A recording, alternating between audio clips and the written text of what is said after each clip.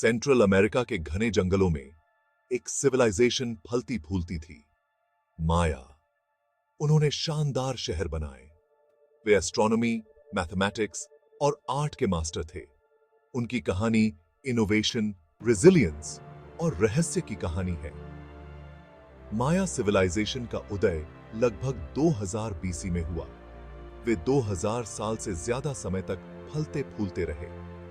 उनका प्रभाव दक्षिण पूर्वी मेक्सिको, ग्वाटेमाला, बेलीज और होंडुरास और अल सल्वाडोर के कुछ हिस्सों तक फैला हुआ था। माया लोग जमीन से गहराई से जुड़े हुए थे। वे स्किल्ड एग्रीकल्चरलिस्ट्स थे। उन्होंने घने वर्षावनों को उपजाऊ खेतों में बदल दिया। मक्का, बीन्स और स्क्वॉश उनकी डाइट के मुख्य खाद्य पदार्थ थे। शीर्ष पर रूलर्स थे जिन्हें डिवाइन माना जाता था। प्रीस्ट्स के पास बहुत पावर थी। वे देवी देवताओं के पैंथियन की पूजा करते थे। वे प्रकृति की शक्तियों और अंडरवर्ल्ड को गवर्न करते थे। माया लोग कॉस्मोस की शक्ति में विश्वास करते थे। सूर्य, चंद्रमा और तारों की गतिविधियों का गहरा सिग्निफिकेंस था। उन्होंने सेलेस्टियल इवेंट्स को ट्रैक करने के लिए विशाल पिरामिड्स और ऑब्जर्वेटरीज का निर्माण किया। उनका मानना था कि ये घटनाएं उनके जीवन को प्रभावित करती हैं। प्रीस्ट्स ने आकाश का अध्ययन किया। उन्होंने एस्ट्रोनॉमी की एक सोफिस्टिकेटेड समझ विकसित की। वे इक्लिप्सेस और वीनस के साइकिल्स की प्रिडिक्ट कर सकते थे। इस नॉलेज ने उन्हें पावर दी। माया लोग इंटेलेक्चुअल जायंट्स थे। उन्होंने मैथमेटिक्स की एक सोफिस्टिकेटेड सिस्टम विकसित की। उन्होंने बेस 20 सिस्टम का उपयोग किया। उन्हें जीरो की कॉन्सेप्ट थी। इससे वे कॉम्प्लेक्स कैलकुलेशंस कर पाते थे। उन्होंने एक यूनिक राइटिंग सिस्टम बनाई। यह लोगोग्राम्स और सिलेबिक ग्लिफ्स का कॉम्बिनेशन था।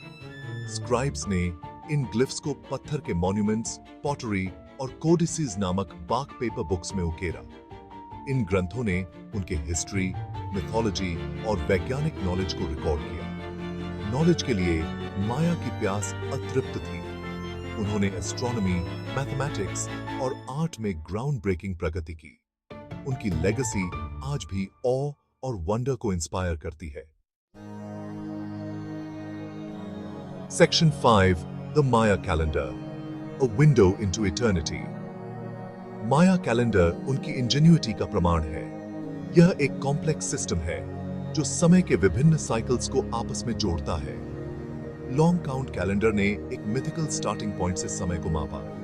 यह ग्रेगोरियन कैलेंडर में 11 अगस्त 3304 बीसी के बराबर है। माया का मानना था कि यह तारीख सृजन के वर्तमान साइकिल की शुरुआत का प्रतीक है। कैलेंडर केवल समय को ट्रैक करने का एक तरीका नहीं था। यह कॉस्मोस और मानव डेस्टिनी को समझने का एक टूल था। प्रत्येक दिन में एक यूनिक एनर्जी होती थी। महत्वपूर्ण घटनाओं के लिए शुभ समय निर्धारित करने के लिए प्रीस्ट्स कैलेंडर का उपयोग करते थे। माया कैलेंडर में एक साइकिल के अंत को अपोकलिप्स के रूप में नहीं देखा जाता था। इसे ट्रांजिशन के समय, रिफ्लेक्शन और रिन्यूअल के समय के रूप में देखा जाता था। माया का मानना था कि ब्रह्मांड के साथ सद्भाव में रहने के लिए समय के साइकिल्स को समझना महत्वपूर्ण था। Section 6, Whispers from the past, deciphering the Maya script। सदियों तक माया लिपि एक रहस्य बनी रही। स्पेनिश कॉन्क्विस्टाडोर्स ने माया को ईसाई धर्म में परिवर्तित करने के अपने उत्साह में अनगिनत कोडिसेस को नष्ट कर दिया। कुछ ही बच पाए। 20वीं सदी में विद्वानों ने माया लिपि के रहस्यों को अनरैवल करना शुरू किया। उन्होंने पाया कि यह एक ही भाषा नहीं थी। यह राइटिंग के एक कॉम्प्लेक्स सिस्टम को रिप्रेजेंट करता था। इसने लोगोग्राम्स, सिलेबिक ग्लिफ्स और फोनेटिक तत्वों को मिला दिया। आज विद्वान माया लिपि के एक महत्वपूर्ण हिस्से को पीआरएच सकते हैं। वे नई खोजें करना जारी रखते हैं। प्रत्येक डिसाइफर्ड ग्लिफ माया वर्ल्ड व्यू में एक झलक प्रदान करता है। यह उनके बिलीफ्स, उनके रिचुअल्स और ब्रह्मांड के बारे में उनकी समझ को प्रकट करता है। Section 7, Cities in the Jungle, Architectural Wonders of the Maya। Maya master builders थे। उन्होंने शानदार शहरों का निर्माण किया। ये शहर केवल आबादी के केंद्र नहीं थे, वे पॉलिटिकल पावर, धार्मिक समारोह और सांस्कृतिक अभिव्यक्ति के केंद्र थे। टिकाल, पलेंके, चिचेन इत्जा, ये नाम एक खोई हुई सिविलाइजेशन की ग्रैंडर की गूंज है। विशाल पिरामिड्स परिदृश्य पर हावी है। ये पिरामिड्स रूलर्स के लिए टेंपल्स और टूम्स के रूप में काम करते थे। इलैबोरेट पैलेसेस, बॉल कोर्ट्स और प्लाजास एक जीवंत समाज की ओर इशारा करते हैं। इंट्रिकेटली उकेरे गए स्टेलाए और पैनल्स शासकों, देवताओं और ऐतिहासिक घटनाओं को दर्शाते हैं। माया ने अपनी वास्तुकला में मैथमेटिक्स और एस्ट्रोनॉमी की एक सोफिस्टिकेटेड प्रणाली का उपयोग किया। इमारतों को सेलेस्टियल इवेंट्स के साथ अलाइंड किया गया था। इसने सांसारिक और लौकिक रेल्म्स के बीच एक शक्तिशाली कनेक्शन बनाया। Section 8 seeds of Discord, conflict and the Maya collapse. 250 से 900 ईस्वी तक फैली क्लासिक माया सिविलाइजेशन अभूतपूर्व विकास और उपलब्धि का समय था, लेकिन सतह के नीचे तनाव पक रहा था। संसाधनों और पॉलिटिकल डोमिनेंस के लिए प्रतिस्पर्धा के कारण संघर्ष हुआ। सिटी स्टेट्स ने आपस में युद्ध किया। शासकों ने अपने टेरिटरी और प्रभाव का विस्तार करने की मांग की। बंदियों को गुलाम बना लिया जाता था या अब्दिगिम जानते ही हैं। देवताओं को खुश करने के लिए बलि दे दी जाती थी। कभी शांतिपूर्ण रहे शहर अब हिंसा के चक्र में उलझे हुए थे। माया पतन के कारण जटिल हैं। ओवर पॉपुलेशन, एनवायरमेंटल डिग्रेडेशन और जलवायु परिवर्तन ने भूमिका निभाई होगी। लगातार युद्ध ने माया सिटी स्टेट्स को कमजोर कर दिया। इसने उन्हें बाहरी खतरों के प्रति संवेदनशील बना दिया। Section 9 the fall of the Maya, a civilization in ruins. 9वीं शताब्दी ईस्वी तक कभी महान रहे माया शहरों का पतन शुरू हो गया। शानदार स्मारकों को छोड़ दिया गया। कभी चहल पहल वाले प्लाजास खामोश हो गए। जंगल, जिसे एक बार दूर रखा गया था, ने अपने प्रभुत्व को पुनः प्राप्त करना शुरू कर दिया। इस गिरावट के कारणों पर विद्वानों द्वारा अभी भी बहस की जा रही है। कारकों के संयोजन ने संभवतः पतन में योगदान दिया। लंबे समय तक सूखे के कारण अकाल और सामाजिक अशांति फैली होगी। ओवर पॉपुलेशन और डिफॉरेस्टेशन ने संसाधनों पर दबाव डाला होगा। क्लासिक माया सिविलाइजेशन का पतन कोई एक घटना नहीं थी।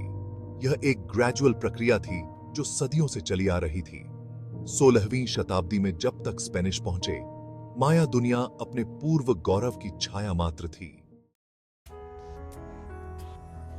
Section 10 a new dawn, the Maya rise again. भले ही क्लासिक काल के महान शहरों का पतन हो गया, लेकिन माया सभ्यता गायब नहीं। युकाटन प्रायद्वीप में एक नई शक्ति का उदय हुआ, इत्जा माया। उन्होंने चिचेन इत्जा में अपनी राजधानी स्थापित की। यह शहर पावर और इन्फ्लुएंस का एक प्रमुख केंद्र बन गया। इत्जा माया मध्य मेक्सिको की एक शक्तिशाली सभ्यता टोल्टेक से प्रभावित थे। उन्होंने टोल्टेक स्थापत्य शैली और धार्मिक प्रथाओं को अपनाया। संस्कृतियों के इस फ्यूजन ने एक विशिष्ट इत्जा माया शैली को जन्म दिया। इत्जा माया का प्रभुत्व सदियों तक चला। उन्होंने विशाल व्यापार नेटवर्क को नियंत्रित किया। उन्होंने अधिकांश युकाटन प्रायद्वीप पर अपना प्रभाव डाला, लेकिन उनका शासन उनसे पहले वालों की तरह अंततः समाप्त हो जाएगा।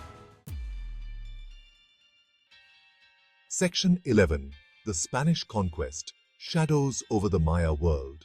16वीं शताब्दी में माया दुनिया में एक नई ताकत का आगमन हुआ, स्पेनिश विजेता।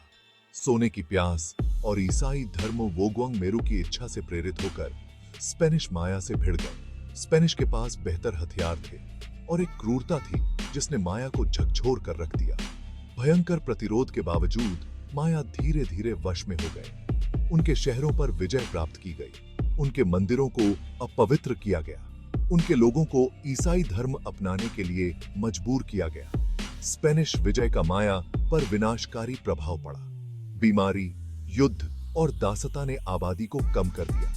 उनके प्राचीन ज्ञान को दबा दिया गया, उनके कोड को जला दिया गया। एक बार जीवंत माया सभ्यता चकनाचूर हो गई। Section 12. The Enduring Legacy. Echoes of a Lost Civilization. विजय की त्रासदियों के बावजूद माया भावना बनी रही। लाखों माया वंशज अभी भी मध्य अमेरिका में रहते हैं। उन्होंने अपनी भाषा, परंपराओं और सांस्कृतिक पहचान को संरक्षित किया है। उनके प्राचीन शहरों के खंडहर उनकी इंजेन्युइटी और लचीलापन के प्रमाण के रूप में खड़े हैं। उनकी लिपि के डिसाइफरमेंट ने उनके विश्व दृष्टि में एक खिड़की खोल दी है। उनकी कला, वास्तुकला और कैलेंडर हमें आज भी मोहित करते हैं। माया की कहानी इस बात की याद दिलाती है कि महान से महान सभ्यताएं भी इतिहास की ताकतों से अछूती नहीं हैं। यह मानवीय उपलब्धि, लचीलापन और संस्कृति की स्थायी शक्ति की कहानी है। माया भले ही चले गए हों, लेकिन उनकी विरासत जीवित है।